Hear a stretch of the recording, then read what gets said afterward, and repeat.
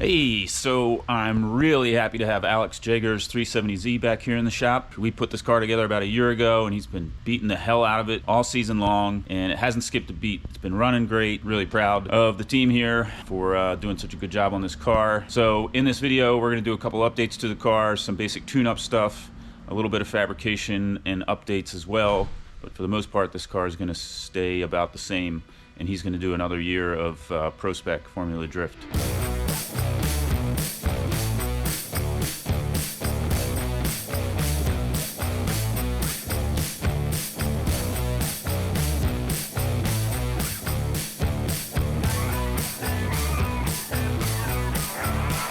One of the minor issues we were having with Alex's car was that the radiator and everything in the back was basically filling up with rubber. Obviously, pro drift cars spew a lot of like rubber particles and stuff off the back of them, and because we put the radiators in the back, you know, they can get filled. As you can see, it's got a lot of staining, right? Like especially around where the fans are. So we're gonna try and mitigate that some. So we took an old window from another 370Z we had built previously and basically just cut a giant hole in it and had that in here just so it looked kind of finished, and it just was completely open, right? And that was nice to, you know, work on it and what have you, and it obviously got air to the radiator as needed. It had no overheating issues, but again, we want to try and keep the mess down in here and in the radiator. We're going to build a duct that feeds into a new rear window that we'll put together. So basically we'll have like the whole thing blocked off except for an opening for only air to get into the radiator. And obviously that will still allow some debris to get in, but a lot less. And we might even be able to put some sort of screen or mesh material in it to kind of help keep down all the trash that gets in there. So that's what I'm thinking. We're gonna do like something that comes up here, and because the cool suit is located here, we can't have it be one piece, right? Because then you won't be able to get your cool suit box out there.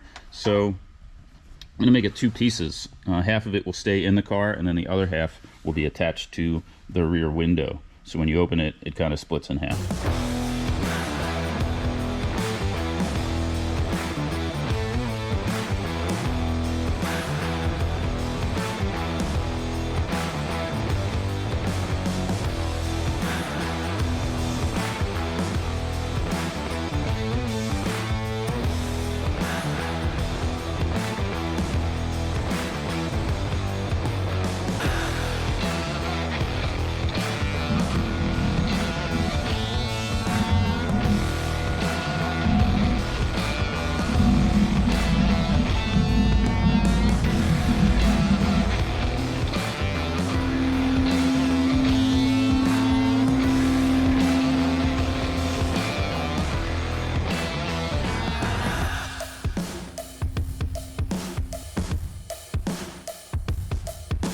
After I got all the ductwork fabricated, Ryan's out here shooting a coat of steel on it for me. So that all looks really good.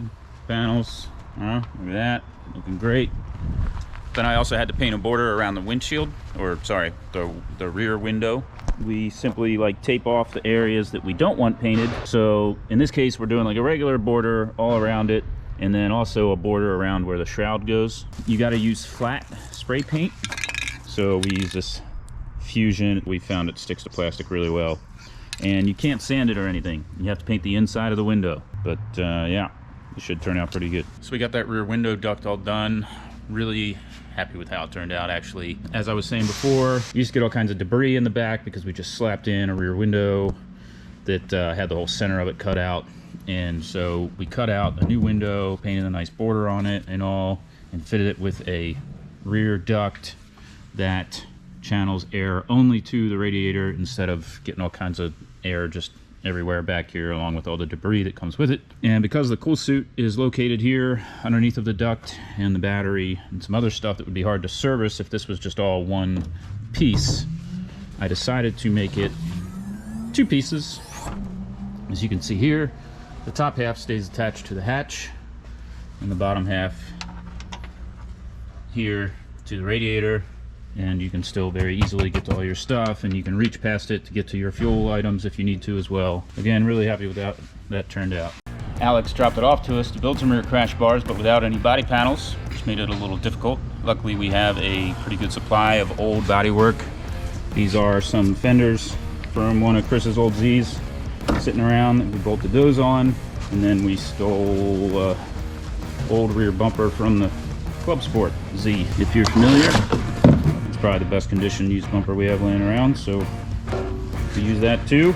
We got everything fit up. So we just opened up that step file that Rob sent us in Fusion 360. Even though he uses SolidWorks, we can still open the file, and it allows us to basically see his entire drawing here and all the dimensions. We can check measurements and everything. And this is for the new Z. So the back of the new Z is actually a little bit longer. We couldn't have used these exact dimensions. So our rear crash bar kind of sits a little further in, and this one kind of wraps around the back, but it'll work out great. Here's a two-dimensional rear crash bar. Shane converted the tubular structure into a 2D like flat file that we could cut on our CNC plasma table, so we could use that for mock-up. Pretty handy. So Matt's here to pick up Alex's car. We got everything on the list done, which is super cool.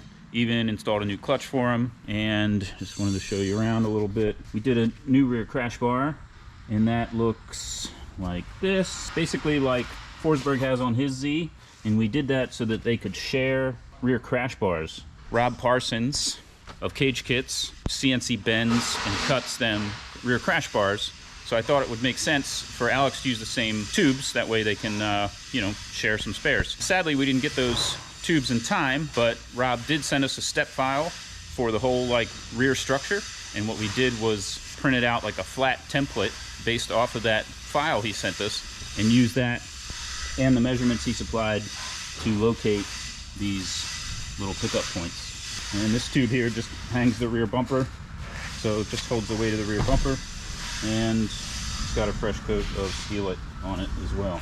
We also got the sway bar finished for him. This is the same design we used to use on Chris Forsberg 370Z. It's all built on the same fixture and everything, so we know it works. And we're using the rod ends or end links from the Parts Shop Max kit. Just using the actual rod ends, and then we're supplying our own hardware. And then it bolts right to the Parts Shop Max lower control arm, which worked out pretty good. And we make these arms, right? And supply the sway bar and make these brackets here that bolt to the factory sway bar location. So that works out pretty good. If this was not a dry sump engine, this bar would get in the way, but if you have a dry sump engine or a rear sump engine, the sway bar would work for you if you ever needed one.